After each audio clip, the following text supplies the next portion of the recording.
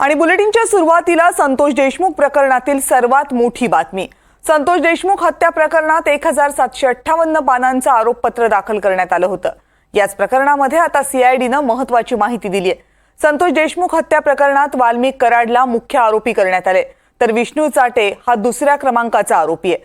संतोष देशमुख यांच्या हत्येचा सूत्रधार वाल्मिक कराडच असल्याचं आरोपपत्रामध्ये नमूद करण्यात आले। संतोष देशमुख यांना सुदर्शन घुले मारहाण करत असतानाचा व्हिडिओ सुद्धा सीआयडी कडे असल्याची माहिती मिळते। अवादा कंपनीचं खंडणी प्रकरण, अॅट्रॉसिटी प्रकरण आणि हत्या प्रकरण या तीनही प्रकरणांचा एकाच आरोपपत्रामध्ये उल्लेख करण्यात आलाय। त्यामुळे ही तीनही प्रकरणं एकमेकांशी संलग्न आहेत आणि म्हणूनच वाल्मिक कराड आणि आरोपींच्या अडचणी वाढण्याची शक्यता आहे। या संदर्भात आणखीन माहिती जाणून घेण्यासाठी थेट जाऊयात माझे सहकारी राहुल कुलकर्णी यांच्याकडे। राहुल, सुरुवातीपासून या प्रकरणांमध्ये 3 प्रकरणं वेगवेगळी दिसत होती आणि वाल्मिक कराडला फक्त खंडणी प्रकरणापुरताच आरोपी ठेवणार का याही संदर्भातल्या चर्चा होत्या। मात्र आता जे आरोपपत्र दाखल झाले त्यामध्ये तीनही प्रकरणं संलग्न आहेत हे कळतंय। यामुळे आरोपींच्या अडचणींमध्ये वाढ होण्याची शक्यता आहे का? पोलिसांचं काय म्हणणं आहे? कविता, कदाचित महाराष्ट्र पहिल्यांदा हे 53 पानाचं जे आरोपपत्र आहे जे माझ्या हातामध्ये आहे ते बघेल। आणि त्या आरोपपत्रामध्ये एक अत्यंत घृणास्पद गोष्ट आहे ती अशी आहे की ज्या वेळेला ह्या दुर्दैवी संतोष देशमुख यांना मारहाण होत होती तेव्हा पोलिसांनी ऑन रेकॉर्ड सांगितले की हे सगळे आरोपी हे एन्जॉय करत होते, म्हणजे कपडे काढलेले होते संतोष देशमुख यांचे आणि त्यांना प्रचंड मारहाण होत होती आणि हे सगळं एन्जॉय केलं जात होतं। याच्यामध्ये आता सगळे तपशील आपण खूप महाराष्ट्राला शांतपणे सांगितले पाहिजेत। एकतर हे जे 53 पानाचं आरोपपत्र आहे त्याच्यामध्ये खंडणीचं प्रकरण आहे, त्याच्यामध्ये संतोष देशमुख यांचा जो खून झाला तो कसा झाला, आणि मग याच्यामध्ये साधारणपणे एका खंडणीच्या प्रकरणामध्ये 100 आणि खुनाच्या प्रकरणामध्ये 184 एवढे साक्षीदार पोलिसांनी जप्त केले, म्हणजे उभा केलेले आहेत। आता याच्यामध्ये एक गोल्डन कलरचा वाल्मिक कराड याचा एक आयफोन आहे, तो अत्यंत महत्वाचा आहे। त्या आयफोनचे पण इथे सगळे तपशील दिलेले आहेत।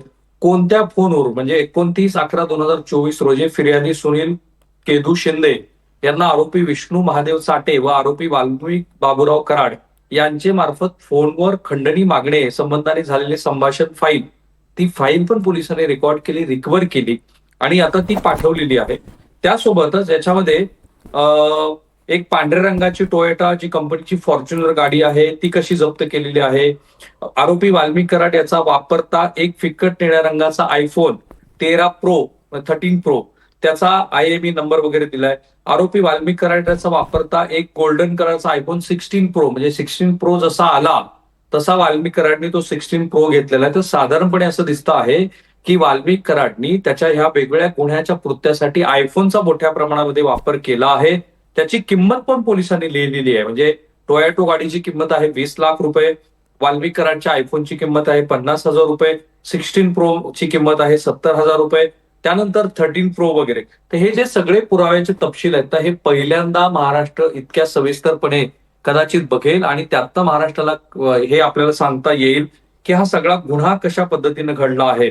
आता याच्यामध्ये पोलिसांनी काय काय जप्त केलंय बघा।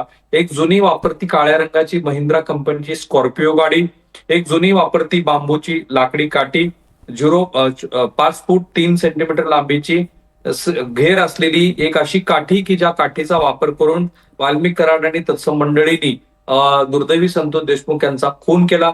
एक काळ्या रंगाचा फुल बाह्याचा गोल गळा असलेला टी शर्ट ज्याची साईज XXL वगैरे आहे जो स्कॉर्पिओ गाडीमध्ये आढळून आलेला आहे। एका पांढऱ्या रंगाचा फुल बाह्याचा गोल राहुल, या सगळ्या गोष्टी जप्त केलेल्या आहेत पोलिसांनी आणि त्याचा तपशील त्यांनी या सगळ्या आरोपपत्रामध्ये दिलेला आहे। पण मूळ आरोपपत्रामध्ये जे गुन्हे घडलेले आहेत, जे 3 महत्त्वाचे गुन्हे घडलेले आहेत त्यांचा एकत्रितपणे तपशील, कारण खरं पाहायला गेलं तर याचा तपास या 2 वेगवेगळ्या यंत्रणांकडे होता, पण जे आरोपपत्र दाखल केलेलं आहे त्याच्यामध्ये 3ही गुन्ह्यांचा समावेश आहे।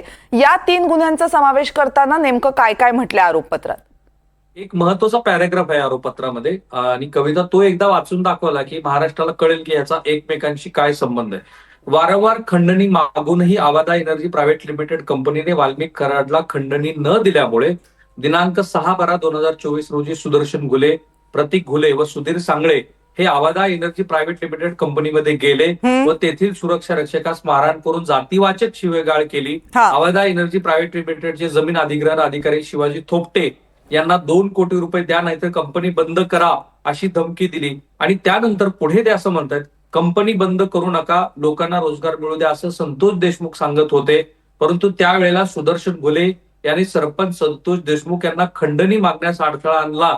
म्हणून सरपंच संतोष देशमुख यांना सरपंच तुला बघून घेऊ, तुला जिवंत सोडणार नाही अशी धमकी दिली. म्हणजे तुला जो प्रश्न पडलाय, जो महाराष्ट्रालाही पडलेला आहे, की या सगळ्या प्रकरणामध्ये खंडणी आणि दुर्दैवी संतोष देशमुख यांच्या खुनाचा संबंध काय, तर पोलिसांनी तो इथे एस्टॅब्लिश केलाय की शिवीगाळ केली, जातीवाचक शिवीगाळ केली, 2 कोटी रुपयाची खंडणी मागितली, ती खंडणी मिळत नाही असं लक्षात आल्यानंतर संतोष देशमुख हे मध्यस्थी करण्यासाठी गेले आणि त्यानंतर सुदर्शन घुलेंनी त्यांना धमकी दिली की मी तुमचा जीव घेईन.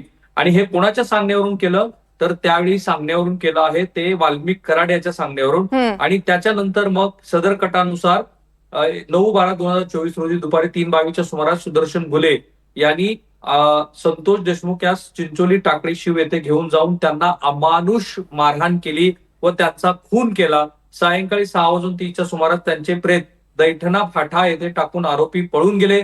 सदर आरोपींनी गुन्हेगारी टोळी बनवून टोळीची दहशत निर्माण केली होती. आणि मग त्याप्रमाणे ह्या प्रकरणामध्ये या सगळ्या आरोपीच्या विरोधामध्ये कविता गुन्हे दाखल झालेले आहेत. आणि मी म्हटलं त्याप्रमाणे खंडणीच्या प्रकरणामध्ये 100 साक्षीदार आणि खुनाच्या प्रकरणामध्ये तब्बल 124 साक्षीदार पोलिसांनी तयार केलेले अत्यंत स्ट्रॉंग अशी हे 53 पानाची चार्जशीट आहे. जे काही 1,500 वगैरे पानं म्हटली जात होती तसं नाहीये. एक वाक्य कविता अत्यंत महत्वाचं आहे आणि ते महाराष्ट्राने समजून घ्यायला हवं की काय पद्धतीचा गुन्हा या मंडळीने केलाय. हे बघ, ते असं म्हणतायत, आरोपी क्रमांक 6, 1 ते 6 अमानुषपणे, अतिशय क्रूरपणे, अमानवीय मयताचे कपडे काढून मारहाण करताना दिसत असून डोळ्यावर सर्व आरोपी हे मोठमोठ्याने हसत सदर घटनेचा आनंद आणि इंग्रजीमध्ये पोलिसांनी लिहिले की एन्जॉय साजरा करत स्पष्ट दिसून आलेले आहेत. म्हणजे हे हॅबिच्युअल ऑफेंडर आहेत. यांनी अशा पद्धतीचा गुन्हा यापूर्वी सुद्धा केलेला आहे. कदाचित अनेक लोकांचे खून जे काही मधल्या काळामध्ये आरोप झाले जे या आरोपपत्रामध्ये नाहीये, पण त्यांनी ते केलेलं आहे. आणि एन्जॉय केव्हा करतो, जेव्हा ज्या वेळेला तुमची क्रिमिनल माइंडसेट असतो, तो क्रिमिनल माइंडसेट पोलिसांनी बोल्ड अक्षरामध्ये, कारण आता याच्यामध्ये लाल अक्षरामध्ये बोल्ड करून ते आपल्या स्क्रीनवरती दिसतच आहे, तर बोल्ड अक्षरामध्ये पोलिसांनी म्हटलंय की अमानुषपणे एन्जॉय करत दुर्दैवी संतोष देशमुख यांचा फोन केला. आपल्याकडे वेळ असेल तर याचे अनेक बरेचसे तपशील माझ्या हातामध्ये. पहिल्यांदा महाराष्ट्र हा आरोपपत्राचा संपूर्ण तपशील कविता महाराष्ट्र बघणार आहे. ज्या पोलिसांनी ज्या पद्धतीनं या चार्जशीटमध्ये गोष्टी नमूद केलेल्या आहेत त्या खरं तर अंगावर काटा आणणार आहेत. कारण या अगोदर या सगळ्याची चर्चा जरूर होत होती, मात्र पोलिसांच्या हाती यातले नेमके काय पुरावे लागलेत याबद्दल साशंकता व्यक्त होत होती आणि ती होणं स्वाभाविक होतं. कारण या संपूर्ण प्रकरणांमध्ये पोलिसांनी एकदाही पत्रकार परिषद घेऊन तपास कुठपर्यंत आलाय, पुरावे काही हाती लागलेत का याबद्दल माहिती दिली नव्हती. मात्र आता या चार्जशीटमधनं ही सगळी माहिती समोर येते. सगळ्यात महत्वाचं होतं तो म्हणजे पोलिसांच्या हाती काही रेकॉर्डिंग लागलं आहे का अशी शक्यता सुरुवातीपासूनच व्यक्त केली जात होती. आणि आता जे आरोपपत्र समोर आलेलं आहे त्यामधनं हे स्पष्ट होतंय की पोलिसांच्या हाती व्हिडिओ लागलेला आहे, ज्या व्हिडिओमध्ये संबंधित व्यक्तीला संतोष देशमुख यांना मारहाण होतानाचं स्पष्ट दिसते, ज्याचा उल्लेख या आरोपपत्रामध्ये आहे. या संदर्भात आणखीनही काही माहिती राहुलला आपल्यापर्यंत पोहोचवायची. आपण पुन्हा एकदा राहुलकडे जाऊयात. राहुल, एक महत्वाची नोंद आहे आणि कदाचित पुढच्या सुनावणीच्या दरम्यान कविता हे अत्यंत महत्वाचं ठरेल. गुन्ह्याच्या तपासादरम्यान साक्षीदार कंपनीतील वरिष्ठ अधिकारी तसेच इतर साक्षीदार यांनी देखील आपले जबाबात नमूद गुन्ह्यातील आरोपींनी आवादा कंपनीचे बीड जिल्ह्यात काम सुरू ठेवण्यासाठी खंडणी मागितले असल्याचे सांगितले आहे. पण पुढचा अत्यंत महत्वाचा आणि तो क्रुशल आहे. म्हणजे याच्यामध्ये खरं तर परदेशी संस्थांची पण का मदत पोलिसांनी घेतली नाही. एकंदरीत सदर गुन्ह्याच्या तपासामध्ये नमूद गुन्ह्यातील आरोपी विष्णू चाटे यांनी फिर्यादी यांना त्यांचे मोबाईलवरून 29/11/2024 रोजी कॉल करून वाल्मिक कराड व विष्णू चाटे यांनी फिर्यादीस त्यांची कंपनीचे काम चालू ठेवण्यासाठी खंडणी मागितल्याचे तपासात निष्पन्न झालेलं आहे. पण पुढचा महत्वाचा मुद्दा अत्यंत क्रुशल ठरेल. त्यानंतर त्याच दिवशी ज्ञानेश्वर उर्फ सुदर्शन चंद्रभान घुले यांनी अवधा एनर्जी कंपनीचे मौजे मस्साजोग येथील कार्यालयात जाऊन फिर्यादी सुनील शिंदे व साक्षीदार शिवाजी थोपटे यांना कंपनीचे बीड जिल्ह्यामध्ये काम सुरू ठेवण्यासाठी खंडणी मागितली. पण पुढचा मुद्दा असा आहे की आरोपी विष्णू महादेव चाटे यांनी नमूद गुन्ह्यातील महत्वाचा असणारा पुरावा मोबाईल फोन नष्ट केलेला आहे. म्हणजे पुढे चालून हा मुद्दा अत्यंत महत्वाचा ठरू शकतो की या ठिकाणी महादेव चाटेनी, विष्णू चाटेनी आपला स्वतःचा मोबाईल हा नष्ट केलेला आहे. या क्षणापर्यंत चार्जशीट मध्ये दाखल होईपर्यंत सुद्धा पोलिसांना हा मोबाईल रिकव्हर करता आलेला नाहीये.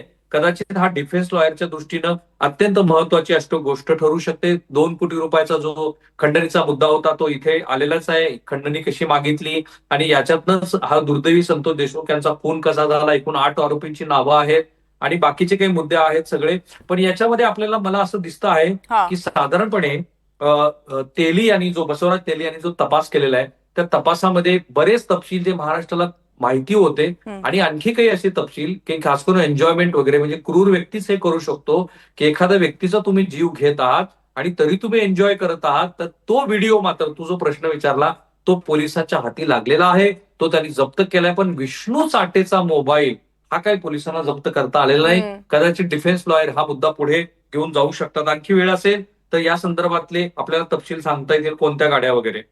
बरोबर आहे. म्हणजे आरोपींनी कोणकोणत्या गाड्या वापरल्या होत्या आणि सगळ्यात महत्वाचा तपशील या आरोपपत्रामधनं हाही असणारच आहे की गुन्हा झाल्यानंतर हे आरोपी नेमके कुठे गेले होते, कारण बरेच दिवस यातले बरेचसे आरोपी पोलिसांना सापडले नव्हते.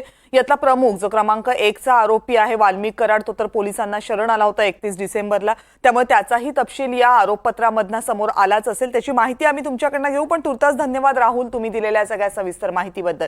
तर ज्या